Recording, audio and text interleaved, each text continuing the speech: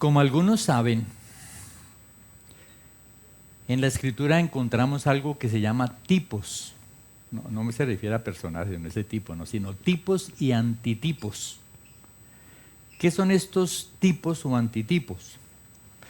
Se refiere a historias de eventos o de personajes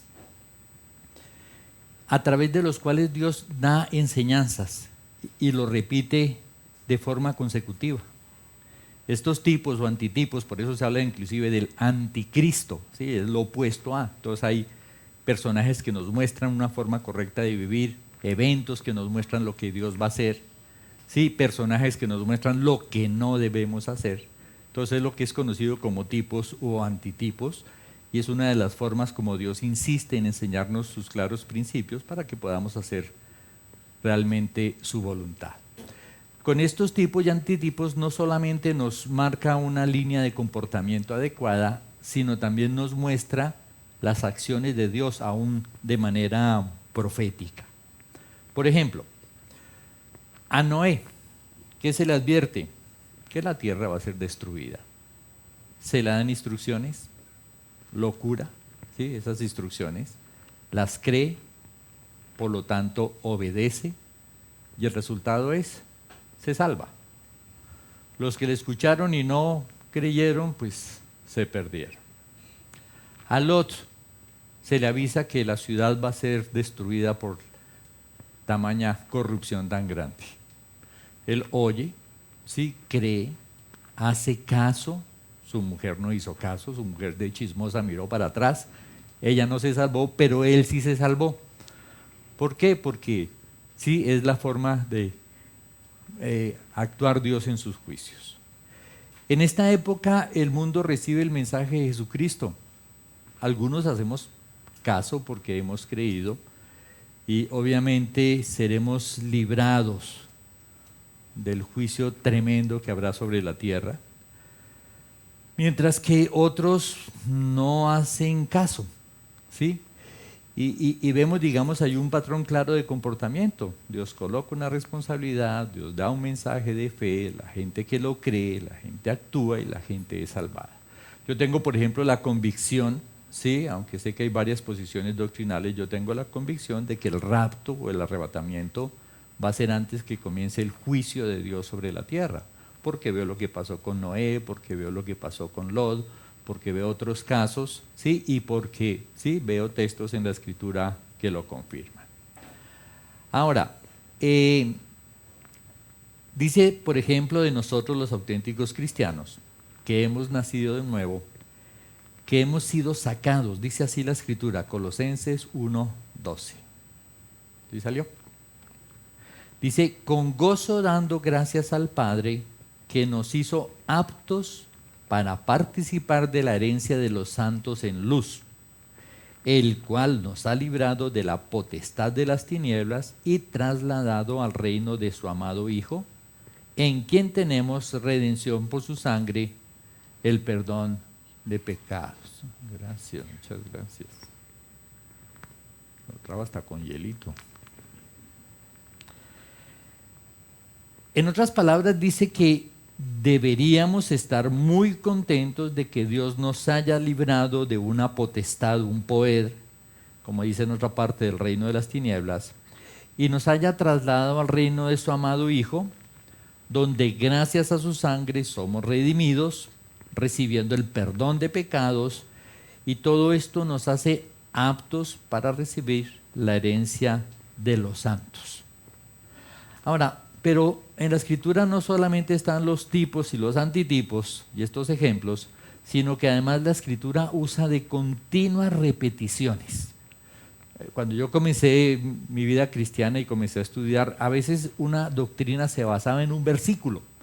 Y cuando yo comencé hace como 40 años, sí, había solo una Biblia, la Reina Valera, no existían los computadores, que es lo que ha dado facilidad a tan gran cantidad de traducciones. Inclusive la Biblia siempre, los textos estaban en el mismo lado, porque todas las Biblias lo único que cambiaban era el tamaño, pero en la página 7 siempre estaba en todas las Biblias lo mismo.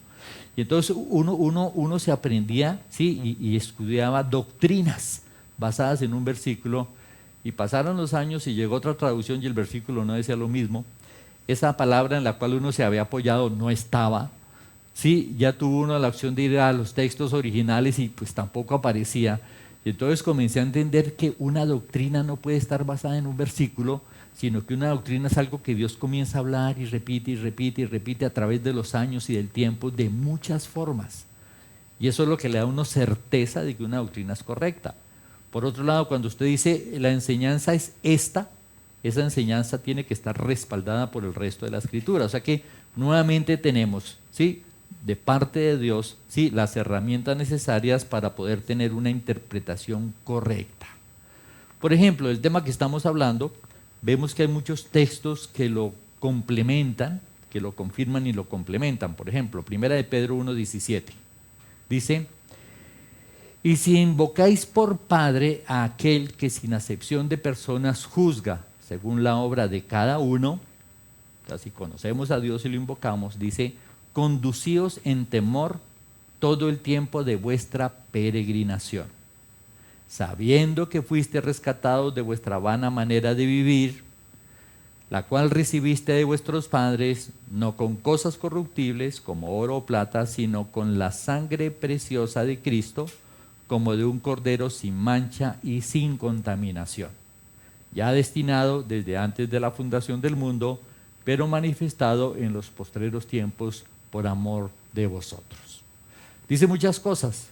Me llama la atención en este momento: no con cosas corruptibles como oro o plata. Pero ¿qué hizo la iglesia en cierta época? Te vendían la entrada al cielo. ¿Sí? Usted entregaba un terreno, usted daba tal cosa y recibía las indulgencias y usted ya no va a pasar al purgatorio. Pero ¿qué dice acá? Que el rescate no se efectúa de esa manera, sino que fue con la sangre preciosa de Cristo, destinado desde los postreros tiempos por amor a nosotros.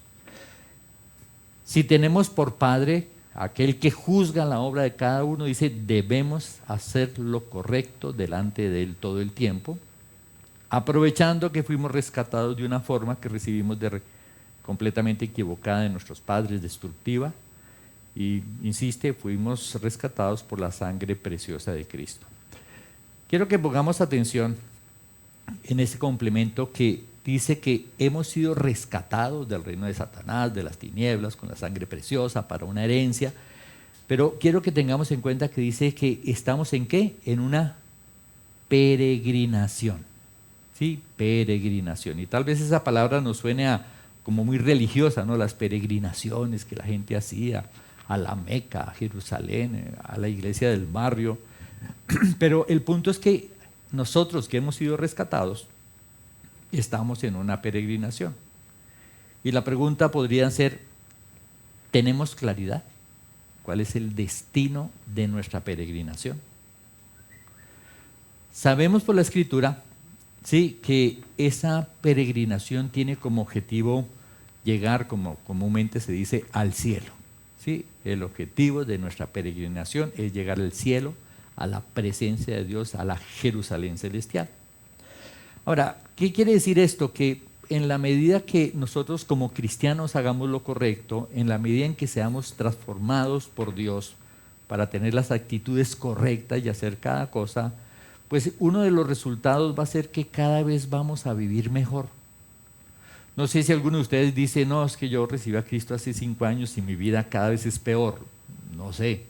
Y si usted me dice así, yo le doy palo también, porque si su vida cada vez es peor es porque usted debe ser muy terco, muy mula, o sea, está pero grave. Porque lo normal es que Dios va transformando nuestra vida, nuestro carácter, nuestras actitudes, y Dios va cuidando todas las cosas de tal manera que nuestra vida se vuelve mejor, se vuelve más tranquila, más llena de paz, más llena de gozo. De golpe no más llena para algunos, sino con gozo, porque nunca lo han tenido. Cosas por el estilo. Ayer que estaba llevando a mi hijo al aeropuerto, que se fue a conocer al bebé más precioso de Colombia, me dijo: tengo un compañero de trabajo que está triste porque se suicidó este fulano. Y entonces me puso una canción de un fulano, de un cantante que canta en 3 grupos, 51 años, algo así, súper cantante, y se suicidó. Y es eso, ¿no? Haciendo el estudio acerca del sexo, que los jóvenes de eso no hay que darles una lección. Dice que que se suicida, sí, es mucho más alto el número de suicidios de los ricos que de los pobres. ¿Sí? Y yo me ponía a pensar, pues el pobre aprende a guerrear la vida, a aguantarse que lo explote el patrón, que el gobierno lo aplaste, que la guerrilla... Sí, pero el rico que está acostumbrado a muchas comodidades, un día llega una crisis y se pega un tiro. Es mucho más alto el suicidio de los ricos. O sea que uno tiene una percepción del mundo muy equivocada. ¿Sí? Es mucho más alto el suicidio de los que han decidido hacer lo que le da las ganas con su vida sexual. Es de un 40% el suicidio de toda esta clase de gente, mientras que en la gente normal es de un 4%. Los negros dicen que se suicidan un 3%, ¿sí? O sea, todavía menor. Es un dato en Estados Unidos y lo menciono porque echan culpa de que es por el racismo. Dice, pues sí, si los molestan tanto, pues ni se... Los negros no se suicidan, en cambio los otros, los del cuento del género, sí están suicidando a la lata. ¿Por qué? Porque no están gozando. Y es por eso que la vida cristiana, sí, produce esos cambios en nuestra vida. Comenzamos a hacer lo correcto y nuestra vida comienza a cambiar y comenzamos a vivir de mejor manera. Pero eso a veces se convierte en un problema. ¿Por qué? Porque a veces comenzamos a pasar tan bueno en la tierra que nos olvidamos de que tenemos un destino que es el cielo. Y nos vamos como acomodando y vamos como perdiendo la visión. De hecho, esto en pequeño le ocurre a aquellos que vienen a la iglesia, se soluciona el problema y no vuelven. Y eso hay un montón en todas las iglesias. Sí, por ahí me contaban de familias enteras que llegan y se arregló el problema. No volvió. No volvió. Sí, tocará esperar el siguiente garrotazo, será, no sé. Pero eso es un problema. Nos olvidamos que esto no es algo diseñado por Dios para que vivamos chévere en la tierra, sino que hay una peregrinación con un destino espectacular. Y es por eso que tal vez para aquellos que están desenfocados, el apóstol Pablo en la carta a los Corintios advierte, 1 Corintios 15, 19, dice: si nuestra esperanza en Cristo solamente vale para esta vida, somos los más desdichados de todos. O sea, si uno cree que tiene a Cristo para que le ayude con el trabajo, con la familia, con las enfermedades y lo ayude, y uno pueda decir, uy, gloria a Dios el Señor, y contento todo el tiempo porque Dios le está ayudando con las cosas de esta vida, dice, si de eso se trata su vida cristiana, dice, somos los más desdichados de todos. Y no se refiere a que usted esté viviendo desdichado o a que la gente del mundo esté viviendo desdichada, porque hay gente que vive muy contenta. Y hay cristianos sin visión que viven muy contentos. Se refiere a que por estar contentos con las cosas de acá han perdido la visión de lo que es importante y son unos pobres desdichados. Es como cuando usted ve a alguien gozando con algo que sabe que lo va a destruir. Si él está feliz, pero usted dice, pobre desdichado. Pobre tipo, pobre persona, no sabe el fin que le espera. Y a eso se refiere. Si solamente esperamos que Cristo sea de ayuda para esta vida, somos de los más desdichados. Ahora, el problema no es que le demos gracias a Dios, sí, insisto, ni que estemos agradecidos por cada cosa que Dios hace, porque es un mandato estarlo. El problema es que nos olvidamos de que el objetivo va mucho más allá. Y por eso es importante que evaluemos, ¿sí? ¿Por qué estamos contentos en la vida cristiana? Perdón, me devuelvo. ¿Está usted contento con la vida cristiana? Porque a lo mejor ni eso, no sé. Y si está contento con la vida cristiana, ¿por qué está contento con la vida cristiana?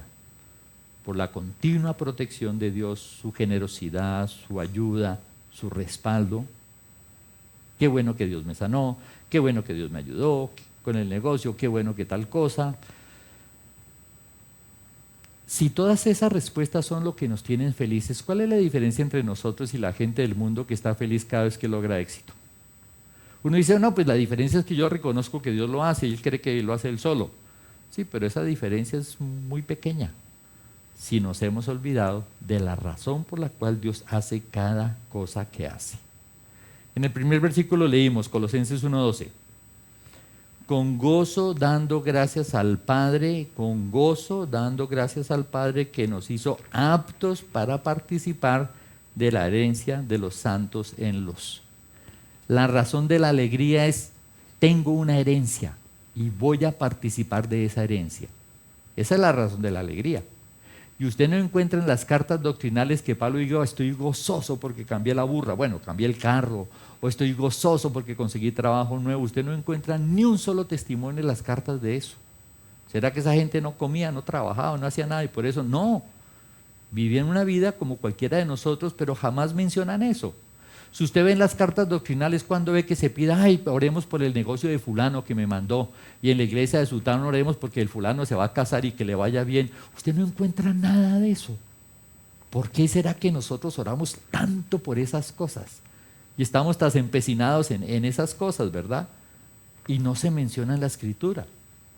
Si no se menciona, yo concluyo que no es importante. Como cuando comenzó la moda de echarle demonios a los cristianos. Y yo dije, demonios a los cristianos. ¿Dónde la escritura dice cómo se echan los demonios de los cristianos? Ni se menciona. Porque un cristiano no puede tener demonios. Pero es la moda del cristianismo de hacer cosas que lo desenfocan por completo, ¿sí?, del verdadero objetivo. Y entonces, quiero que volvamos y nos preguntemos, ¿por qué estamos felices? ¿Estamos felices por lo que está sucediendo acá? ¿O estamos felices por lo que va a suceder cuando me muera? ¿Estamos felices por lo que va a suceder cuando me muera? ¿Qué piensa usted de un cristiano que le tiene miedo a la muerte? ¿Cree que está ubicado? ¿Cree que sabe para dónde va? Algunos dicen, no, yo no tengo miedo a la muerte, sino a la forma de morir. Bueno, se para el corazón y para escuchar el testimonio de alguien decía que salía y casi todos cuentan eso, ¿no?, que salen y se ven. Ahí no duele nada.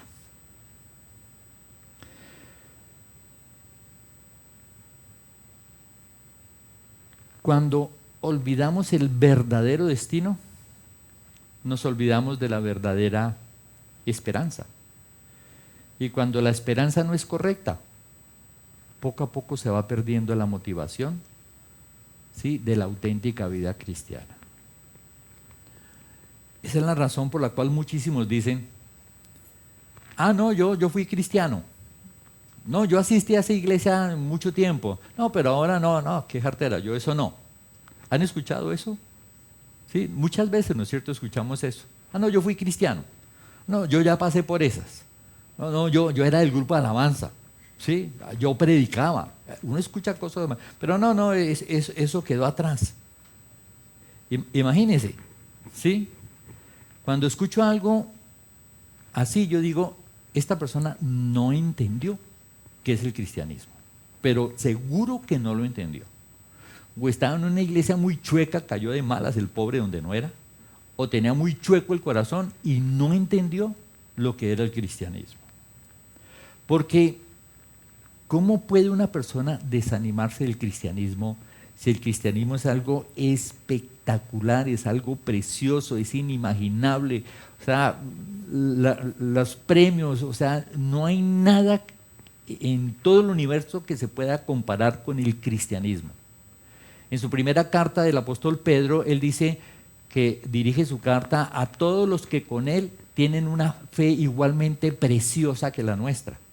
Y allí la palabra fe no se refiere a la fe, se refiere al cristianismo. Dice que esta carta es escrita para todos aquellos que conocen el cristianismo, porque el cristianismo es precioso, dice él, es precioso. Y luego comienza a dar, ¿sí?, una cantidad de cosas por las cuales el cristianismo es precioso, que Dios nos ha llamado a su gloria, a la excelencia, que las promesas son espectaculares, y él termina diciendo, mire, el cristianismo, dándonos a entender que el cristianismo es algo espectacular. Y si es algo espectacular, entonces ¿por qué resulta que algunos dicen, no, yo dejé de ser cristiano porque me aburrí? ¿Habrán entendido de qué se trata el cristianismo? Por supuesto que no. ¿Sí? Y esto mismo puede pasar en aquel que de golpe es cristiano, pero con una visión muy pobre. ¿Sí? Es cristiano, su familia es cristiana, lo traen a la iglesia o no lo dejan quedar en casa de muchas formas. Y sí, es cristiano, pero ve precioso el cristianismo. Y dice, qué machera esta oportunidad que Dios me ha dado de conocerme, qué espectacular este plan. No lo ve precioso. ¿Por qué no lo ve precioso? Anda pensando en no sé qué, y en sí sé cuándo, y en Tula, y en Maruja, y en no sé qué estará pensando. Sí, pero no anda pensando, no es consciente de su peregrinación. No sabe para dónde va. Y es por eso que muchos pasan, y yo estuve por ahí, o hay mucho cristiano desanimado, ¿sí? Aburrido, sin motivación. ¿Por qué? Porque no está viendo la realidad de lo que es el cristianismo. Esto mismo lo confirma, como siempre, la Escritura repitiendo lo mismo. En 2 de Pedro 1:9 dice, está hablando de un comportamiento que debe tener el cristiano, que va a hacer que su vida sea espectacular, y luego dice, pero el que no tiene estas cosas tiene la vista muy corta, está ciego, es ciego, habiendo olvidado la purificación de sus antiguos pecados, por lo cual, hermanos, tanto más procurad hacer firme vuestra vocación y elección, porque haciendo estas cosas no caeréis jamás, porque de esta manera os será otorgada amplia y generosa entrada en el reino eterno de nuestro Señor y Salvador Jesucristo. O sea, el que no está caminando como debe caminar, dice, tiene la vista muy corta. ¿Hasta dónde alcanza a ver? Lo que se ve aquí. Es ciego respecto de lo que hay allá, esperándolo. Entonces anda como tonto, ¿sí? Mirando las cosas. Algunos cristianos hablan de eso, no como una gallina, solo mirando para el piso, no como una águila que se sube. Sí, de muchas formas podríamos decirlo, pero grave, grave no tener esa visión de esa peregrinación. Pero el que tiene la vista bien, sabe para dónde va, por eso hace lo correcto. ¿Y qué dice? Y será, imagínense eso, ¿sí? Os será otorgada amplia y generosa entrada. O sea, amplia y generosa entrada. ¿Qué será? Que los ángeles se van a correr y van a hacer así un corredor y van a aplaudir cuando usted entre, o que usted va a entrar y le cierran la puerta y a ver si cabe. ¿Cómo será? ¿Sí? Porque habla de eso, de un recibimiento espectacular, y además uno dice, pues que uno no se merece nada, y fuera de eso que le diga que lo van a recibir a uno de una manera generosa y amplia en el cielo, donde uno sabe que por la pura misericordia de Dios es que uno conoce al Señor. O sea, es un premio mucho más allá de lo que podamos merecer. Pero eso es lo que dice de aquel que sí tiene, ¿sí?, una verdadera esperanza, que sabe que es un peregrino y que sabe para dónde va.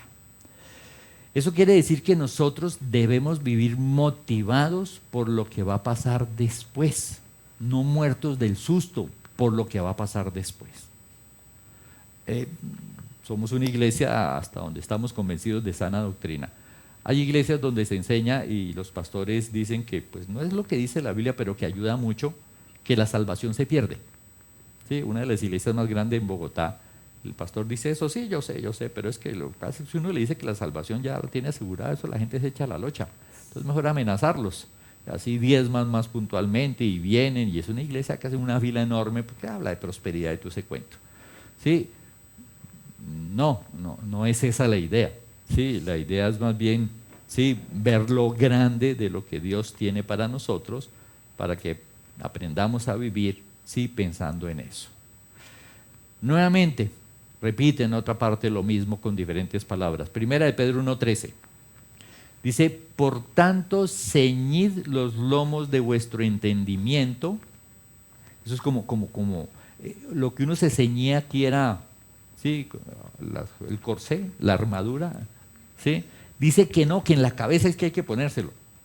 Sí, póngase, envuélvase la cabeza y como que ciñala, dice, como para que no se desparramen los pensamientos, para que no entren cosas que no hay allí. Dice, ceñid los lomos de vuestro entendimiento, sed sobrios. ¿Qué es lo opuesto a sobrios? Ebrio, borracho, que no sabe ni lo que hace, que ve bonito lo que no es bonito, que bueno. Dice, sed sobrios y esperad por completo en la gracia que se os traerá cuando Jesucristo sea manifestado. Sea sobrio, sea inteligente, piense lo que es, no sea como borracho. Espere lo que va a suceder cuando Jesucristo venga. O sea que nuevamente, ¿a dónde nos manda? A más allá de la muerte, ¿sí? A la eternidad. Esa debe ser la motivación, no lo que está pasando acá. Sí, lo que está pasando acá hay que ser responsables, hacer la voluntad de Dios, es el método que Dios usa para transformar nuestro corazón, enseñarnos muchas cosas, pero todo eso apunta a lo que va a pasar allá. Sí, lo que va a pasar allá, porque dice, y esperad por completo, no dice, pues aquí, no, por completo en lo que va a pasar cuando Él venga. O sea que ciertamente debemos vivir completamente dedicados a lo que va a pasar cuando Jesucristo se manifieste. ¿Qué es lo que va a pasar? Pues lo que va a pasar es algo que es absolutamente cierto, de lo cual nadie se puede librar, que nadie lo podrá detener, y puede pasar de tres maneras diferentes. Mi padre estuvo enfermo, ¿sí?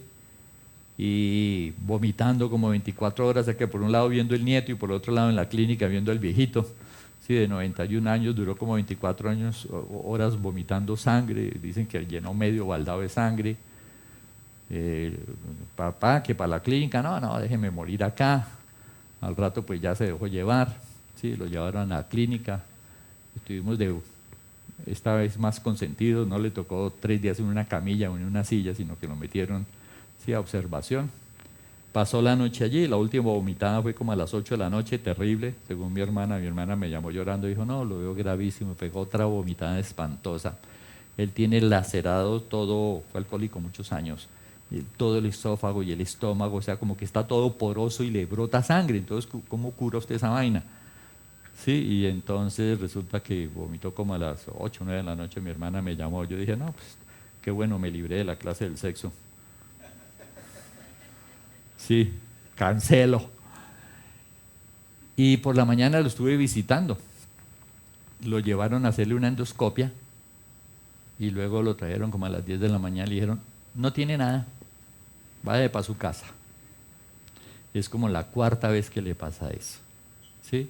Antes de la endoscopia me dice, oremos, mijo. Bueno, entonces oramos, como siempre oro por el Señor, haz tu voluntad, lo que tú haces es perfecto, estamos confiados en tus resultados, lo que tú decías está bien. Él dice, cuídeme a la vieja, ¿sí? Cosas por el estilo, si no nos vemos, chao muchacho, nos vemos en el cielo. Lleva solo 3 años de vida cristiana, ¿sí? Lo cierto es que al otro día, sí, yo me vengo al otro día, mi hermana lo va a visitar y él le dice, mira, encontré una historia que es igual a lo que yo estoy viviendo y te la quiero compartir. Y entonces lo que él dice es esto, dice, puede pasar que mi Señor en cualquier momento venga por la iglesia, el rapto, y todos juntos nos vayamos con Él. Puede pasar que en una de estas crisis, estando gravemente enfermo, ¿sí?, Dios me sane y me permita estar otros años con mi familia. O puede pasar, lo último que puede pasar, lo cual lo considero sin miedo, es que me duerma en Cristo. La muerte no me tendrá, estaré con Cristo. Y eso era lo que él manifestaba el otro día, ¿sí? De estar a punto de morir y ver que Dios lo sana, pero él dice, no, cualquier cosa está bien, que el Señor venga, que me deje un tiempo o que me muera ya. Siempre será, ¿sí? El resultado es que estaré con Cristo y eso es muchísimo mejor. Y eso es lo que va a pasar con nosotros, como sea, a la final estaremos con Cristo y solo allí comenzará nuestra vida en la eternidad. Y es tan importante, tan prioritario, tan valioso ese objetivo, que por eso el versículo continúa diciendo, 1 de Pedro 1:14, como hijos obedientes no os conforméis a los deseos que antes tenías estando en vuestra ignorancia. ¿Cuáles eran esos deseos? ¿Se acuerda que dimos un par de charlas acerca de eso? Una buena vida con la ayuda del Señor, los deseos de los ojos, de la carne, la vanagloria de la vida, estudiamos varios temas de eso. Y dice que de eso es de lo que debemos olvidarnos. ¿Sí? ¿Por qué? Porque estamos en una peregrinación que va rumbo al cielo. ¿Sí? no entre en conflicto, bueno, entonces no trabajo, no sueño. No, haga las cosas, pero nunca pierda de vista que cada proyecto, cada cosa que hace o cada responsabilidad que le llega es el instrumento de Dios para cambiar su corazón.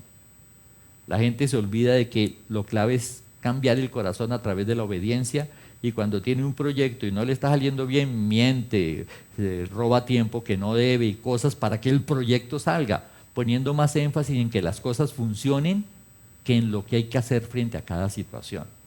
Quien hace eso, se perdió. Porque usted puede hacer muchísimas cosas en la tierra, tener muchas responsabilidades, pero nunca perder el objetivo. Cada situación, Dios me está enseñando esto. Yo me he dado cuenta que me he vuelto más amable al manejar. Y lo considero importante. Yo toda mecha, no se me pasa. No, pasen, sigan, tal cosa. Sí, o sea, sí, y es un entrenamiento a mi corazón. Y eso que este cacharro anda más que el otro sí me dejan botado, no. Pero no. Sí, y son resultados de eso. Inclusive por ahí estuve en un paseo con un cristiano y se no dejaba pasar a nadie. Yo decía, un discípulo, yo me sentía como mal, ¿no? O sea, y dijo, no, a ver, ¿cuál es el resultado? ¿Por qué Dios nos mete ahí? ¿Para ser el primero, el aguerrido, el que nadie se me mete? ¿Será eso? ¿Manejaría así Jesucristo? Entonces son cosas que uno tiene que ir haciendo y evaluando, porque de cada situación Dios tiene ese tipo de lecciones para cada uno de nosotros. Ahora, si el objetivo está aquí, ¿qué va a pasar si en cualquier momento nos morimos? Hoy, mañana, pasado mañana, ¿dónde quedó el proyecto? El sueño, la plata ahorrada, ¿dónde quedó? Sí, murió, quedó allí, por la plata se pelearon los hijos, uno mandó a matar al otro, sí, porque yo le he dicho a usted que se la gasta antes de irse, usted no hace caso. Bueno, ¿dónde queda todo si nos morimos? ¿Sí? Y cuando uno piensa en esto, uno dice, oiga, es más sensato, ¿sí?, que yo realmente me enfoque en las cosas que van a suceder, porque, sí, parece que no estoy administrando bien mi tiempo, pero obvio, es algo que podemos corregir. No ocurre lo mismo con aquellos que no invocan al Señor. Los que no invocan al Señor, los religiosos, los que no han nacido de nuevo, también tienen un destino que le va a llegar de tres maneras: muriendo de una enfermedad, un accidente, muriendo de viejos, o muriendo en la gran tribulación de una forma espantosa, ¿sí?, recibiendo el castigo de no haber creído en el Señor. Cualquiera de las tres. Obvio, mientras estén vivos tendrán oportunidad. Muchos se convertirán producto de un trato, de una persecución y unas calamidades espantosísimas. Sí, dice que va a ser tanta el dolor en aquella época en la tierra que nunca lo ha habido ni lo volverá a ver jamás.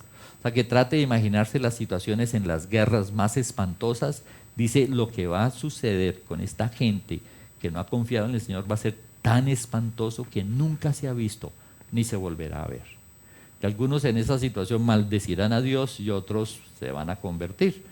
Obviamente no hay que esperar allá. Resumiendo, hemos sido rescatados, hay que ser muy serios en la forma como peregrinamos en la tierra hasta llegar al cielo.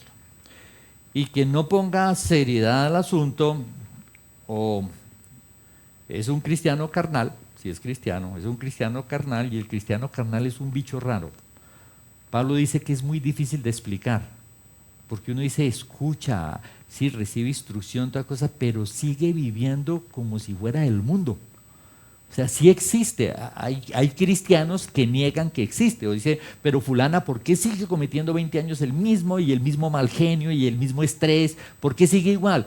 Entonces alguien dice, no, es que no es cristiano, pero la Biblia dice que sí existe el cristiano carnal, y que el cristiano carnal se porta igualito que uno del mundo, las mismas pasiones, o sea, es un bicho raro.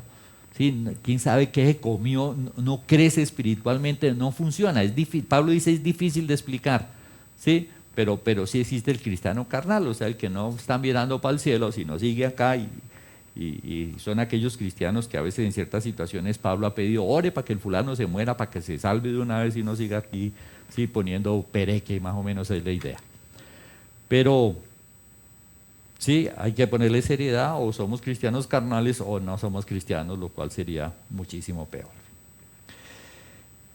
Esta historia de nuestra peregrinación, ¿sí? Podemos ver un ejemplo de esta peregrinación en la historia del pueblo de Israel. Cuando estando esclavo en Egipto, fue librado para tomar rumbo hacia la tierra prometida, ¿sí? Pero tenía que hacerlo camino del desierto. Esa historia de Israel en el desierto para llegar a la tierra prometida es la misma historia nuestra. Hay muchísimas lecciones y muchísimos ejemplos que podemos tomar de esta historia. Uno, Israel es el pueblo de Dios en la carne, no espiritualmente, escogido para ser bendecido por la misericordia de Dios, no por ser el mejor, el más grande, el más poderoso de los pueblos, sino lo contrario, por ser el más insignificante de los pueblos, le dice Dios. Y la Escritura dice, Pablo en Corintios, que nosotros, que somos lo vil, lo menospreciado, lo que no es, lo que no servía en el mundo, y Dios nos escogió para mostrarles que los que están mal son ellos. O sea que es la misma historia allí. Israel, por no creerle a Dios, terminó esclavo en Egipto. Recordemos que el pecado de los pecados es la incredulidad, es rechazar la salvación. Esto trae toda la demás maldad que vemos en el planeta. Lo triste es que el mundo no entiende que el pecado le está impidiendo disfrutar de lo único que necesita, el amor de Dios. La gente no lo entiende. Aunque también hay cristianos que tienen problema para experimentar el amor de Dios y se evidencia por su desobediencia, ¿sí?, a las cosas que Dios dice. El pueblo de Israel fue salvado de la esclavitud, fue salvado por Dios, no hay la más mínima duda, pero tampoco podemos ignorar que fue salvado a través de un hombre que primero tuvo que ser salvado. ¿Quién era? Moisés, ¿sí? Primero Moisés tuvo que ser salvado. Ahora, fue todo un proceso, ¿sí?, de Dios con Moisés para que Moisés aprendiera a confiar en Dios. Es todo un proceso en nuestra vida también aprender a confiar en Dios. Es un proceso que comenzó aún desde sus padres, quienes recibiendo la orden, ¿sí?, de matar a los niños por su confianza en Dios decidieron ponerle una canasta para no sacrificarlo. Es un proceso que también, antes de eso, lo de las parteras también tenían ese mandato y se hicieron las locas, no desobedecieron por confiar en Dios y el niño se salvó, ¿sí? Y luego fue todo un proceso salvar a Moisés de Egipto. Y usted dirá, pero ¿cómo salvarlo de Egipto si Moisés era pues, el adoptado de la hija de Faraón? Pues está en una superposición. Por eso digo que es un proceso salvar a Moisés de Egipto. Porque hay unos que hay que salvarlos de la pobreza, de la miseria, de la desgracia, y hay otros que hay que salvarlos de la opulencia, de la riqueza, del poder. Ambas cosas son capaces de condenar al hombre y Dios tuvo que tomar ese trabajo de salvar a Moisés de su posición, lo cual implicaba enseñarle a desconfiar de la sabiduría y la fuerza de Egipto para aprender a confiar en el Dios Todopoderoso. Esto no debió ser nada fácil para Moisés. Sí, por ahí ayer fui a comprar algo de uno y alguien me dijo Moisés. Digo, ¿qué Moisés? Sí, un vigilante todo simpático. Sí. No, fue en el banco, que me dieron Moisés. Y yo pensaba en Moisés, 40 años viviendo como un pachá, 40 años en el desierto, ¿sí? Parece que casi se le olvidó hablar, como que lo llaman y dicen, ¿qué? Estaba cuidando cabras y ovejas, algunos dicen que se le olvidó hablar. Y luego 40 años tratado por Dios con este pueblo en el caminar, fueron 120 años, ¿cuál Moisés? ¿Sí? Y hay un texto que me gusta mucho que resume toda esta salvación de Dios en la vida de Moisés, Hebreos 11:24. Dice, por la fe Moisés, hecho ya grande, rehusó llamarse hijo de la hija de Faraón, escogiendo antes ser maltratado con el pueblo de Dios que gozar de los deleites temporales del pecado, teniendo por mayores riquezas el vituperio de Cristo que los tesoros de los egipcios, porque tenía puesta la mirada en el galardón. Por la fe dejó a Egipto, no temiendo la ira del rey, porque se sostuvo como viendo al invisible. Es una descripción muy corta, pero hay cosas espectaculares allí. A mí la que más me gusta es la última, ¿no? Se sostuvo como viendo lo que no se ve, porque lo invisible no se ve, ¿sí? Pero esa fue su fe. Rehusó de una posición, ¿sí? Prefirió ser maltratado con su pueblo, ¿sí? Que gozar de todo el poderío que tenía allá. No debió ser fácil, ¿sí? No. Pienso que este hombre cumplió lo que dice la Escritura de que sí se olvidó, ¿sí? De los deseos que tenía estando antes en su ignorancia. Igual, sí, la clave es que tenía puesta la mirada en el galardón. Y el galardón no era, ay, me voy a ir con mi pueblo a que me maltraten. No, ese no era el galardón. El galardón obviamente era su esperanza de llegar a la presencia de Dios, porque me voy a vivir con mi pueblo, pues no era nada cómodo. Conocí una parejita en Bogotá, una parejita de misioneros. Es una parejita simpática porque ambos son divinos, ambos son, el hombre y la mujer se quieren ir al África. Yo le decía, mis respetos, sí, los admiro, voy a orar por ustedes. Yo no me quiero ir ni a Chía ni a Bogotá, me quiero ir con este frío y ustedes se quieren ir al África de misioneros. ¿Sí? ¿Y de dónde? Dice, no, Dios ha colocado una carga en nuestro corazón súper chévere. ¿Sí? El cuerpo de Cristo se conforma de múltiples personas y Dios las usa y las lleva de diferente manera y me pareció desafiante, súper chévere, como para quitarse el sombrero. Igual, debemos hacer nosotros, renunciar a los deseos de la ignorancia. Y aquí viene algo que por ser muy común y muy razonable, pues lo vemos con poca importancia, pero es muy importante. El punto tiene que ver con las formas como Dios trabaja. Dice, Dios salva a un hombre de la esclavitud para que se convierta en instrumento de Dios para salvar a un pueblo de la esclavitud. Por Cristo la iglesia es, ¿sí? Por Moisés el pueblo es. Inclusive dice la Escritura que cuando el pueblo salió, no fue porque confiara en Dios, ¿sí? Salió porque ve a Moisés, pero cada rato lo veían insultando, ¿sí? Fue gracias a la fe de Moisés que el pueblo fue sacado. Y como fue gracias a la fe de Moisés que el pueblo fue sacado y en la peregrinación no aprendieron a confiar en Dios, el pueblo no llegó a la tierra prometida. Sí, pero allí se muestra la figura. Cristo ha muerto en la cruz. Hemos aprendido a confiar, ¿sí? O murió en la cruz en vano y no llegaremos a la Jerusalén celestial. O sea que es como la figura de Dios. Muy importante, ¿sí? Dios salva a un hombre para que luego se convierta en instrumento de salvación, ¿sí? Para otros. Ahora, leímos al comienzo, en el primer pasaje, que Dios juzgará de manera imparcial la obra de cada uno de nosotros. Perdonen lo que les voy a decir, no los quiero incomodar, y les aseguro delante de Dios que no hay ni pizca de orgullo, ¿sí? Por lo que les voy a decir, no hay ni pizca de orgullo en lo que les voy a decir. Dios me salvó hace 40 años, ahora en mayo cumplo 40 años. Se oye mejor que 63, ¿no? E insisto que gracias a la misericordia de Dios, Dios me ha usado como instrumento para salvar a miles. Y si pienso en la cantidad de gente que le he compartido y que está de pastor y que ha seguido en la secuencia, es incalculable, ¿sí? Cuánta gente Dios ha salvado a través de mi vida. ¿Sí? Es incalculable, o sea, yo cuando pienso en eso, por la pura misericordia de Dios, y sin cinco de orgullo, ni vean lo bueno que yo soy, no, lo digo con sinceridad porque es la verdad.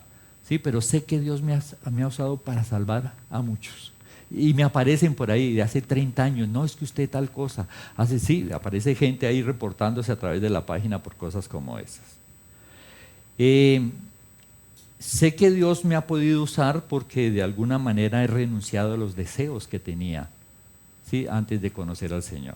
Yo soñaba con irme a un monte, a vivir en una finca con las gallinas y los marranos, con la María Juana, sí, por allá. Y sí, nada de ver con la vida en la ciudad. Siempre me ha gustado la naturaleza en todas sus formas. Y cuando entendí que el cristianismo tenía que ver con relaciones, con compartir a otros, ese sueño quedó archivado, o sea, a vivir en las ciudades. Sí, y en cierta manera Dios me ha llevado a eso, a renunciar para poder hacer su voluntad. Les cuento esto para preguntarles, ¿usted ya se salvó? ¿A cuántos ha salvado? Bueno, yo llevo 40 años, algunos están comenzando, otros de golpe llevan bastante tiempo. ¿Ya salvó siquiera a su familia? Pues Dios, pero a través de usted, a los vecinos, a la gente del trabajo. ¿A cuántos ha salvado? ¿A cuántos ha metido usted en el bus de la peregrinación en que estamos? Es una pregunta importante. Yo considero que a cuántos ha salvado es la mitad de su vida cristiana, porque la vida cristiana no es recibir. O sea, si uno recibe de Dios y uno experimenta el amor de Dios, ¿cómo se va a quedar callado respecto de otros que van para el infierno? O sea, es una contradicción, no está entendiendo nada, eso es religiosidad. El que realmente se ha salvado le pesa en el corazón el amigo que está sufriendo la situación, esto y lo otro, y hay ese deseo, ¿sí? Y es algo que debemos hacer. ¿A cuántos has salvado? Es una pregunta. Al menos a tu familia, a tus familiares, aprovechas oportunidades. Por supuesto, la salvación no es por obras, pero las obras que hacemos correctamente proveen salvación para otros. Hágase esa pregunta. Cuando uno piensa en cuántos ha salvado, cuando hay esa motivación, uno está pensando, debe estar pensando en el más allá, ¿sí? En las cosas que van a pasar. Volviendo al ejemplo del pueblo de Israel, de la liberación, después de que Dios usa a Moisés de manera poderosa con las 10 plagas, comienza esta peregrinación para llegar a la tierra prometida, una tierra que fluye leche y miel. O sea, después de una escasez, de morirse de hambre, después de estar en el desierto asustados todo el tiempo con no poder comer, hablarles de una tierra que fluye leche y miel, mucho eso era, sí, el paraíso para ellos. Y ese era el destino que ellos tenían. Por supuesto, la idea nunca era quedarse bien en el desierto. Venga, yo lo saco de Egipto y aquí quedemos en este moridero, ¿sí? El desierto representa la tierra en la que nosotros vivimos hoy. Es un moridero espiritual. Usted podrá encontrar muchas cosas sabrosas para su carne, pero la tierra es un moridero espiritual, ¿sí? Yo estoy de acuerdo con poner en el Facebook, sí, vamos contra el aborto, vamos contra tal cosa. Yo estoy de acuerdo con que un cristiano ponga eso. ¿Por qué estoy de acuerdo? Algunos creen que no está bien que un pastor lo haga, pero somos sal. Y la sal debe hacer eso. Pero lo que sí creo que es completamente equivocado es que pensemos que porque estamos en contra de no sé qué, si y cuándo, es que pensemos que esto va a mejorar. Esto no va a mejorar. ¿Sí? Hay que hacerlo, pero no va a mejorar. ¿Sí? Así como hay que compartir de Cristo, pero no todos le van a aceptar. Es más, la Escritura dice que cuando esto que lo detiene sea quitado de en medio, está hablando de la iglesia que va a ser arrebatada, el anticristo se va a manifestar con todo su poder, ¿sí? Y con toda su maldad, ¿sí? Que si le van a enseñar a nuestros hijos en el colegio, a nuestros nietos en el colegio, esas cosas horribles, hay que luchar por esas cosas, pero cuando yo veo que las cosas no funcionan, amén, yo hice, pero esto se va a descomponer de la manera más espantosa. Cada vez la corrupción será mayor, lo vemos en todas las áreas, ¿sí? Cuando las autoridades se descomponen, ¿qué puede usted esperar de los demás? Y eso es lo que tenemos, unas autoridades, Maduro allí, está Maduro, está Picho, no Maduro. Sí, no, es terrible. Y Colombia va para lo mismo, sí, y muchos países van para lo mismo, y eso no se va a detener. Por más de que usted ore, ayune, patalee, la Biblia dice que va a ser cada vez peor. Hay que ser sal y hay que rescatar del mundo, ¿sí? No salvar al mundo, sino rescatar del mundo a aquellos, ¿sí?, elegidos de Dios para que nos acompañen en la contaminación. Ahora, el objetivo no es quedarse en el desierto, pero el objetivo tampoco era entrar a la tierra prometida con un montón de ladrones. El objetivo era que a través del desierto ellos aprendieran a confiar en Dios y entraran y no contaminaran la tierra. Obvio, aquí Dios no va a dejar pasar y las cosas van a ser diferentes, pero lo cierto es que Estamos en una peregrinación y no debemos olvidarlo. Moisés era el encargado de esta peregrinación y la Escritura nos cuenta. Éxodo 18:13. Aconteció que al día siguiente se sentó Moisés a juzgar al pueblo, y el pueblo estuvo delante de Moisés desde la mañana hasta la tarde. Al ver el suegro de Moisés todo lo que él hacía por el pueblo, le preguntó: ¿qué es esto que haces tú con el pueblo? ¿Por qué te sientas tú solo mientras todo el pueblo permanece delante de ti desde la mañana hasta la tarde? Moisés respondió a su suegro: porque el pueblo viene a mí para consultar a Dios. Cuando tienen algún pleito, vienen a mí. Yo juzgo entre el uno y el otro y declaro los preceptos de Dios y sus leyes. Entonces el suegro de Moisés le dijo: no está bien lo que haces. No está bien lo que haces. Desfallecerás del todo tú y también este pueblo que está contigo, porque el trabajo es demasiado pesado para ti y no podrás hacerlo tú solo. Un pastor muy viejito alguna vez leí un artículo y decía, el pastor decía: yo no entiendo cómo una iglesia tiene 1000 miembros y un pastor que los atiende. Yo no entiendo, decía él, ¿cómo va a pastorear 1000 miembros? ¿Sí? Un pastor debe tener una iglesia por mucho de 200 personas, ¿sí? Que si dividimos por familias, pues resultan, sí, 50, 60 familias, pero decía el pastor ese. Él no entendía qué era esa gana de tener esas superiglesias, y lo que uno ve es que en esas superiglesias a veces la gente no sabe, pero nada, nada, nada. A veces aquí llega gente y uno les pregunta y no saben es nada. Sí, eso quedan aterrados con cualquier cosa, después de años, ¿sí? La figura similar, ¿no? Moisés, él solito enseñándole a todo el pueblo, que se calcula que llegó a ser de 1,5 millones a 2 millones de personas, imagínense. ¿Sí? Y entonces por eso le dice su suegro: no está bien lo que haces. Desfallecerás del todo tú y también este pueblo que está contigo, porque el trabajo es demasiado pesado para ti y no puedes hacerlo tú solo. La idea es que los ciudadanos del cielo deben aprender a comportarse como ciudadanos del cielo, y esto implica un proceso de desaprender y dejar de confiar en muchas cosas en las que confiamos para aprender a confiar en lo que Dios dice. Lo dice así la Escritura, 1 de Pedro 2:1, desechando, comienza con eso, desechando, pues, toda malicia, todo engaño, hipocresía, envidias, todas las detracciones, todas las cosas que están mal. Desead como niños recién nacidos la leche espiritual no adulterada, para que por ella crezcáis para salvación, si es que habéis gustado la benignidad del Señor. Y es que en la historia del pueblo de Israel podemos ver algo muy claro. Una cosa era sacar el pueblo de esa opresión de los egipcios, pero salieron con aretes, con narigueras, salieron con una cantidad de cosas. 450 años viviendo con el pueblo, se les pegó. Salieron con todas esas cosas. Y eran tan pesadas en su corazón que cuando Moisés se perdió, hicieron un mamarracho, un becerro, y lo adoraron, y este es Jehová. Y uno dice: pero estas bestias, ¿qué les pasa? Pues con todo eso salieron en su corazón, aprendiendo a confiar en mamarrachos, en ídolos y en cosas, y viene Dios con esas plagas poderosas que si uno las estudia ve que esas plagas cada una destruía a algún dios del pueblo egipcio. El Nilo era un dios, se volvió sangre, el dios de porquería, y todo era así. Y a pesar de eso es tanto lo que hay en el corazón de este pueblo que ya está libre, que vuelven y la embarran y vuelven y la embarran y la siguieron embarrando.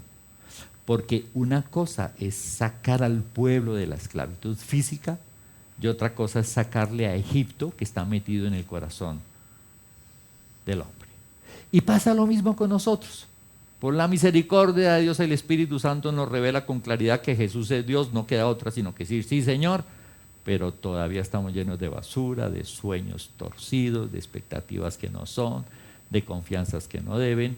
Y una cosa es que usted haya nacido de nuevo, y otra cosa es que Dios comience a trabajar, ¿sí?, para sacar los ídolos de su corazón, de nuestro corazón. Es como, vea, lo sacó con 10 milagros superpoderosos, imposibles de efectuar por cualquier ser humano, pero eso era mamey, eso era lo fácil. Lo difícil fue sacarle lo que había en su corazón, para que vaya calibrando de qué se trata esta peregrinación, y cuál es el trabajo que Dios tiene que hacer en nuestra vida. Ahora, es como rescatar a alguien que ha sido menospreciado por mucho tiempo, o maltratado por mucho tiempo, que ha sido secuestrado. Esa persona puede ser producto de una acción rápida, liberado, pero ¿cuántos secuestrados, cuántos se demoran en salir a la calle? Cada vez que para un carro, cada vez que una moto, otra vez le da el pánico en la angustia. ¿Cuánto tiempo le puede durar eso a una persona que ha sufrido un evento de esos? O es como la mujer maltratada. En el ministerio he visto eso, la mujer que se consigue un marido, pero de a peso, mejor dicho. Terrible, sí. Era una rifa y era la única boleta y se lo ganó. Y cuando por fin logra liberarse de eso, uno le ve a los 6 meses con otro igual, o que le casca más duro. Y luego con un tercero y también. Yo me dice, ¿y qué está pasando aquí? ¿Es de malas la pobre mujer? No, hay una esclavitud que hace que se sienta bien maltratada. Le gustó ser víctima desde chiquita en su casa, entonces es la víctima y se mete con unos manes que no prometen pero nada. ¿Sí? Y es producto de eso, que la esclavitud queda pegada en el corazón. Un hermanito de Alex, que la otra vez lo recogimos aquí, no lo encontramos en el diciembre por allí, el 24 de diciembre, indigente por muchos años. Eso está una mata de pelo así, olía de todo. Ahí lo metimos allí en el patio, lo manguereamos, lo peluqueamos, se le compró ropa, lo vestimos, cenó aquí con nosotros, sí, bailamos, sí, un 24 de diciembre con él. Y se lo llevaron, le dieron trabajo, de todo. Y a los 3 meses le dijo a Alex, no, estoy aburrido, me voy. Y está por ahí, indigente otra vez. Sí, son situaciones muy complicadas. ¿Producto de qué? De lo que hay en el corazón. Y obviamente este proceso es muchísimo más difícil cuando no aceptamos que estamos esclavos. Es más complicado. Muchos años después Jesús habla con el mismo pueblo de Israel y les dice, San Juan 8, 31 y 32. Dijo entonces Jesús a los judíos que habían creído en Él. Quiero que tengan en cuenta que el proceso de creer hasta nacer de nuevo es un proceso, ¿ya? Estos habían creído en Él. Ellos no decían que habían creído en Él. Jesús estaba diciendo que habían creído en Él, o sea que no hay duda que habían creído en Él. Si vosotros permaneciereis en mi palabra, seréis verdaderamente mis discípulos. O sea que usted comienza a creer en Él y luego va recibiendo la palabra de Dios. Y la pregunta es, cuando la va recibiendo, ¿sigue creyendo? Porque algunas mujeres cuando le hablan de sujeción, esta iglesia está chueca y no vuelven. Otros le mencionan los diezmos, no, este pastor es un ladrón y no vuelven. Sí, cuando van recibiendo ciertas verdades, o al hombre le dicen, usted es responsable de su mujer, y como le queda grande, dice, no, yo prefiero que ella siga mandando. ¿Sí?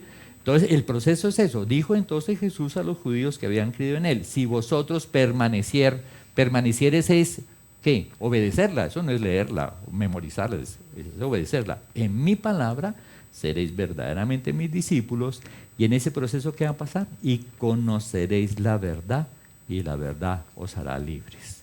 La verdad es Jesús. A través de la obediencia a la palabra y de todo lo que comienza a pasar en mi vida por obedecer la palabra, conozco a Jesús y al confiar en Jesús soy libre. Sí, confío en que Jesús me llevará a su presencia, dice mi padre. Alcohólico como 50 años por miedo a la muerte. Y ahora lo que menos le asusta es morirse. Entonces dice una idea, esos son los milagros de Dios. Ha sido libre de su esclavitud. El asunto es que muchos llegan a las iglesias y siguen esclavos del pecado, del apego a las riquezas, de tantas cosas. Hemos visto últimamente los 2 peores corruptores del hombre. ¿Cuáles son? El amor al dinero Es el peor corruptor del hombre. Y el segundo, no lo dice la Biblia, yo lo creo, el sexo. Sí, son los dos peores corruptores. Lo que más daña los corazones de los seres humanos es el amor al dinero, es el primero. Eso sí se lleva ampliamente hasta el sexo. Sí, ese es la riqueza, el capitalismo, todo este tipo de estilo de vida que tiene. Ese es lo peor de todos. Eso es lo que tiene la política como está.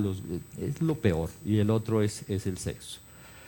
Y obviamente estos dos corruptores producen toda clase de esclavitud y de pecado. Y entonces Jesús les dice esto a estos hombres después de que les dijo, yo soy la luz del mundo. ¿Se acuerda que estudiamos? Sí, yo soy la luz del mundo. Ustedes son de abajo, yo soy de arriba. Ustedes no se pueden ir donde yo voy. ¿Sí? Y comienza a decirle una serie de cosas a esos que habían creído en él, que les había advertido que si creían en su palabra, pues llegarían a ser discípulos, y estos se embejucaron. ¿Sí? No les gustó lo que oyeron de Jesús. Habían creído en él hasta que recibieron ciertas enseñanzas y entonces dijeron, San Juan 8:33, le respondieron, descendientes de Abraham somos y jamás hemos sido esclavos de nadie. ¿Cómo dices tú, seréis libres? Jesús le respondió, de cierto os digo, que todo aquel que practica el pecado es esclavo del pecado. Cuando les dijo la verdad, cuando la verdad les mostró su pecado, nada. ¿Sí? No, hasta ahí les llegó su confianza en Jesús. Más adelante le dicen que tiene demonio. Imagínense, ya lo leemos. O sea que el punto es ese. ¿Cuánta ceguera había en el pueblo de Israel respecto de su esclavitud? ¿Cuánta ceguera hay en nosotros? ¿Cuánta ceguera hay en nosotros? Hay cosas que sabes que debes hacer hace rato, actitudes que debes cambiar, no las cambias, sigues fresco. ¿Por qué? Ceguera. Hay mucha ceguera. No entiendes que eso te daña, no entiendes que eso te perjudica, no entiendes que eso daña tu testimonio, tantas cosas. Aún cosas que el mundo llama buenas, pero que para nosotros no lo son. ¿Sí? Y así puede pasarle, así le pasaba a este pueblo y así nos puede pasar. Jesús les dijo, San Juan 8:43, ¿por qué no entendéis mi lenguaje? ¿Por qué no podéis escuchar mi palabra? Vosotros sois de vuestro padre el diablo, y los deseos de vuestro padre queréis hacer. Él ha sido homicida desde el principio, no ha permanecido en la verdad, porque no hay verdad en él. Cuando habla mentira, de suyo habla, pues es mentiroso y padre de mentira. También estudiamos eso este año. Y como el engañador. Es tal el poder de engañar de Satanás que todo el mundo ve bueno lo que lo destruye. Y dele por ahí, en su ceguera. Y así pasa cuando, ¿sí?, seguimos con nuestra misma esclavitud. ¿Sí? Él es el padre de mentira y los tiene esclavizados de una forma que los tiene convencidos de que no hay ningún problema. Y cuando eso sucede, pues pensamos que estamos bien aunque estemos mal. Y como pensamos que estamos bien, pues no hacemos nada y seguimos de la misma manera. ¿Qué dijeron los judíos? San Juan 8:48. Respondieron entonces los judíos y dijeron, ¿no decimos bien nosotros que tú eres samaritano y que tienes demonio? Los samaritanos eran una parte del pueblo judío que se había mezclado con otro pueblo y entonces eran odiados por los judíos. Tanto así que cuando un judío tenía que pasar de una provincia a otra, Samaria estaba en el medio, daban la vuelta por no pasar por las ciudades de los samaritanos. Por eso es, sí, tan asombroso para ellos cuando Jesús en Samaria se acerca a una mujer, ¿qué decimos? ¿De mala vida o de muy buena vida? Bueno, de muchos maridos. Sí. Entonces para ellos era primero una mujer y en Samaria. ¿Sí? Y entonces por eso le dicen a Jesús, no, claro, este es samaritano y tiene un demonio. ¿Sí? Ya no les gustó. Comenzaron creyendo en él, pero al recibir la verdad que los podía hacer libres, ya no les gustó. Como quien dice, los esclavos acusan al único verdaderamente libre sobre la tierra, a Jesús, el Señor. Y este es el mismo principio que hace que los incrédulos, cuando reciben nuestro testimonio, nuestras enseñanzas, nuestra compartir, nos pongan el ojo en la mira para criticarnos. Es lo mismo. Sí, lo mismo que hicieron con Jesús, hacen con nosotros. Entonces, si usted dice que es cristiano en su trabajo, tal cosa, si lo ven a usted viniendo a las reuniones, sacando tiempo para leer la Biblia, que un grupo de oración, si lo ven diezmando, muchos de ellos comienzan a pensar, uy, yo no hago nada de eso. No, pero estos burros están equivocados, lo están engrupidos, lo están engañando, y a pesar de vernos como lo más tontos, nos ponen la lupa a ver dónde es que usted hace cualquier cosa para tratar de estar tranquilos, de no estar haciendo nada. Porque en el fondo su conciencia los acusa de no estar buscando a Dios. Pero esa lupa que ponen sobre uno, pues es bueno, hay que andar pianito y sí, no descuidarse. Ahora, sin embargo, esto que hacen evidencia más su esclavitud. Esta crítica a Jesús, esta crítica a los cristianos evidencia más su esclavitud.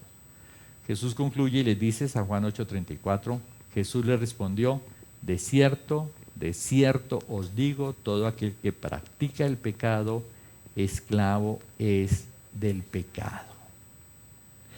Y a veces uno se mete el cuento de que no, sí, esta vez Señor, y yo peco cuando quiera, y cuando quiera dejo de pecar. Yo lo viví mucho tiempo cuando como cristiano fumaba muchísimo. Los 2 primeros años yo comencé a fumar más cigarrillo, porque dejé la marihuana, entonces me hacía falta el cigarrillo.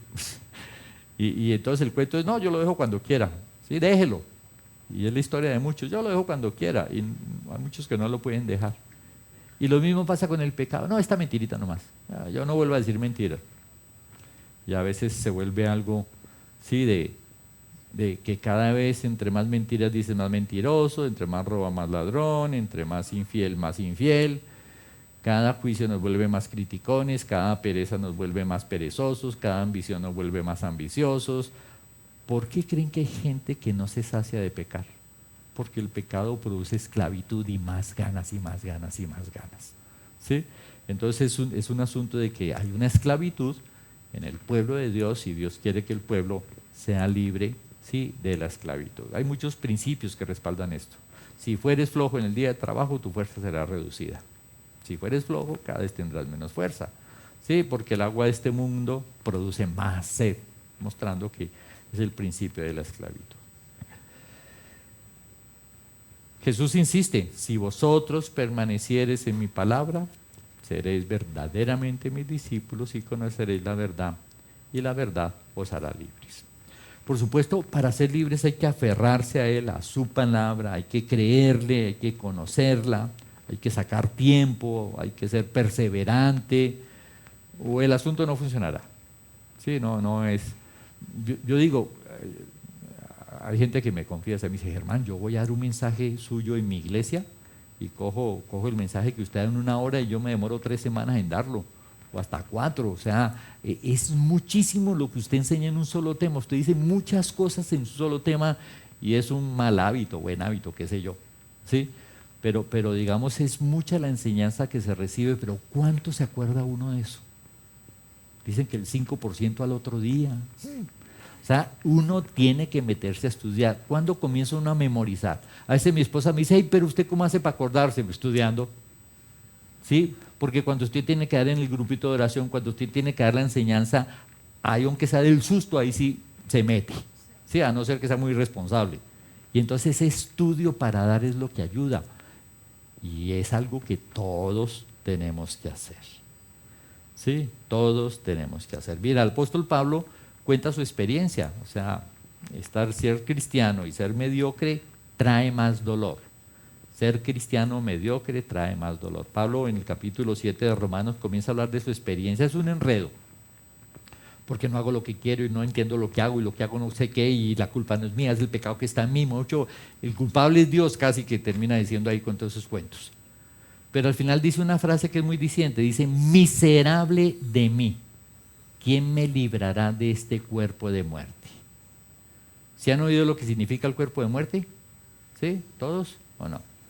Dice que cuando mataba a alguien le amarraban el cadáver a la espalda, brazo con brazo, el cadáver del muerto. Y váyase.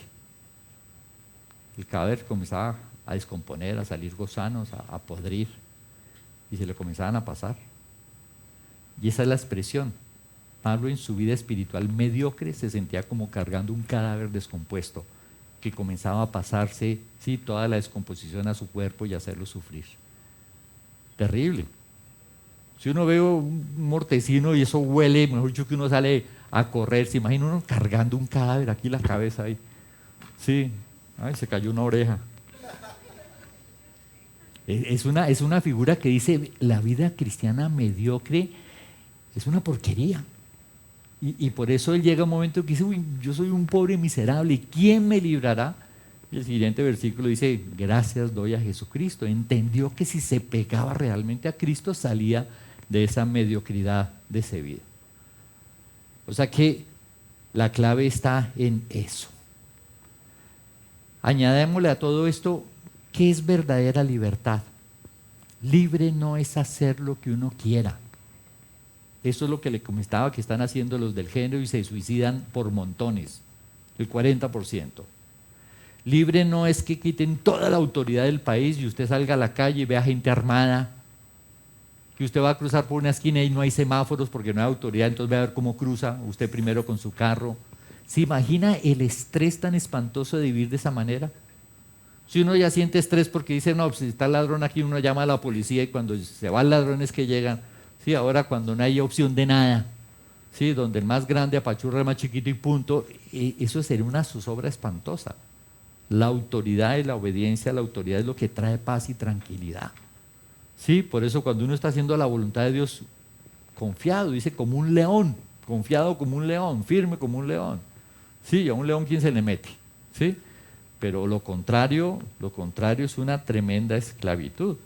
Yo me acuerdo, yo fui muy esclavo de muchas cosas. Yo no hacía las tareas en el colegio nunca.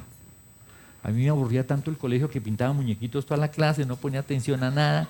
Sí, y nunca llevaba una tarea. Hice como 3 veces tercero primaria, o 4 veces, y como 2 veces primero, hasta que mucho escasamente es que llegué a la primaria, mejor dicho, de ahí no pasé. Sí, luego fueron puros trampas y chancucos. Sí, porque era terrible. Y ustedes no saben la tremenda esclavitud y la zozobra cuando me entregaban la libreta de 10 materias, 15 perdidas, mejor dicho. ¿Qué se siente llegar con una libreta así donde los papás, a ver, los jóvenes aquí desaplicados le han vivido esa experiencia? Uno la esconde, no avisaba cuando era la reunión de padres, que no se enteren, mejor dicho, ay no, ¿quién sabe qué pasó? Sí, una tremenda esclavitud. Cuando llegaba a la clase y la tarea, ¿dónde creen que me sentaba yo? Allá detrás de Edward, mejor dicho. Y a ver quién trajo la tarea y amarrarme los zapatos. Sí, no, zozobra, miedo, intranquilidad. Cuando me metía, habiéndoseme prohibido y desarmaba el equipo de sonido y luego no lo podía armar y luego mi papá iba a venir. ¡Qué susto! Cuando una vez cogí a mi hermana que me dijo, yo peleo mejor que usted y la ahorqué aquí y tocó llevarla a la clínica y luego venía mi papá. ¡Qué susto y qué paliza que me dio! Bueno, pero mi hermana no me volvió a molestar. Cuando andaba por la calle con los bolsillos llenos de marihuana y ahí la policía. Eso es esclavitud. Eso es esclavitud, eso es zozobra, eso es falta de libertad. Cuando manejaba sin pase y el retén. ¿Sí? Ahora, hay gente que se acostumbra a esa esclavitud, es que es la adrenalina de la vida. Es absurdo, pero eso no es libertad. Dice Proverbios 28:1, huye el malvado sin que nadie lo persiga. Huye el malvado sin que nadie lo persiga. Hay algunos tan esclavos que le echan una flor y dicen, me echaron una flor, ¿quién sabe qué me va a robar? Hay mucha esclavitud, huye el malvado. Fulano me llamó y nunca me llama, seguro que me va a pedir plata. Todo es, sí. Dice, pero el justo está confiado como un león. Yo les he contado que una vez en un zoológico el león estaba acostado así y la cola se salía por la reja y yo cogí la cola, sí, sabiendo que el león pues algo iba a hacer. El león se volteó y rugió, yo casi me desmayo, estando aquí en Cali, sí, estando prevenido. Había una reja acá y otra reja acá, esta de varillas y esta de esa malla, pero había un roto y entonces ahí sacó la cola del león, yo jalé la cola y el león se volteó y me rugió, yo, qué susto. tener en la imagen de lo poderoso que es un león nos da una imagen de la libertad. Dice, pero el justo está confiado como un león. ¿Qué tal cosa pasó en el trabajo? Yo hice lo correcto. Me importa un rábano, yo delante de Dios cumplí, que piensen lo que quieran. ¿Sí? Y yo aprendí a través de la obediencia a vivir así. Y cada rato me juzgaban y me echaban la culpa y me criticaban y hasta me castigaban por cosas que yo no había hecho, porque me juzgaban diciendo que había tenido mala actitud. Yo no tuve mala actitud. Castigado, pues castígueme, pero yo ofrezco, porque sé lo que estoy haciendo, sé en quién estoy confiando. O sea que la idea es esa. Lo otro es que la gente se acostumbra al pecado. Tuve un discípulo tenaz metido por ahí en el CTI, cosas por el estilo. Yo tenía una célula con una fiscal y unos detectives y unos abogados. En una célula se cayó el revólver de alguna, era una célula bien particular. Sí. Y uno de ellos contaba, tuve un amigo que me decía, estoy asustado, usted no sabe, yo he matado más de, un policía, yo he matado más de 300 personas, yo estoy asustado. Y luego sí, lo acribillaron y murió como un perro. La gente puede acostumbrarse a esa esclavitud y una maldad espantosa, pero espantosa. ¿Sí? Y de eso es que el Señor nos quiere hacer libres. Hay mucha diferencia entre sentir todo ese estrés, ese temor, ese odio, a sentir amor, gozo, paz, paciencia, benignidad, tantas cosas. Sí, tantas cosas. ¿Qué hacía Moisés? Pues Moisés quería darle al pueblo esa libertad que Dios quería para el pueblo. El problema es que Moisés estaba haciendo las cosas mal y ni siquiera se daba cuenta. Y por eso Dios usó al suegro de Moisés para decirle, estás haciendo las cosas mal. Ahora, no era un problema de maldad en su corazón, de mala actitud, de apego al mundo, porque Moisés renunció a todo. ¿Sí? No era un problema de eso, de mala actitud o de falta de entrega a la obra de Dios. Hasta su familia dejó botada. Cuando Jetro llega a decirle que está mal es porque Jetro le trajo a la mujer y a los hijos que había dejado botados por estar metido en la obra de Dios. O sea que no era un problema, sí, de tiempo, de falta de entrego, era un problema de estrategia. No estaba haciendo las cosas bien, no le iba a funcionar porque había un problema de estrategia. Eso quiere decir que teniendo las más lindas intenciones podemos estar embarrándola y no estar haciendo las cosas bien y no ser esos salvados que ayudan a salvar a los demás. ¿Qué estaba haciendo mal? Lo vemos la próxima semana.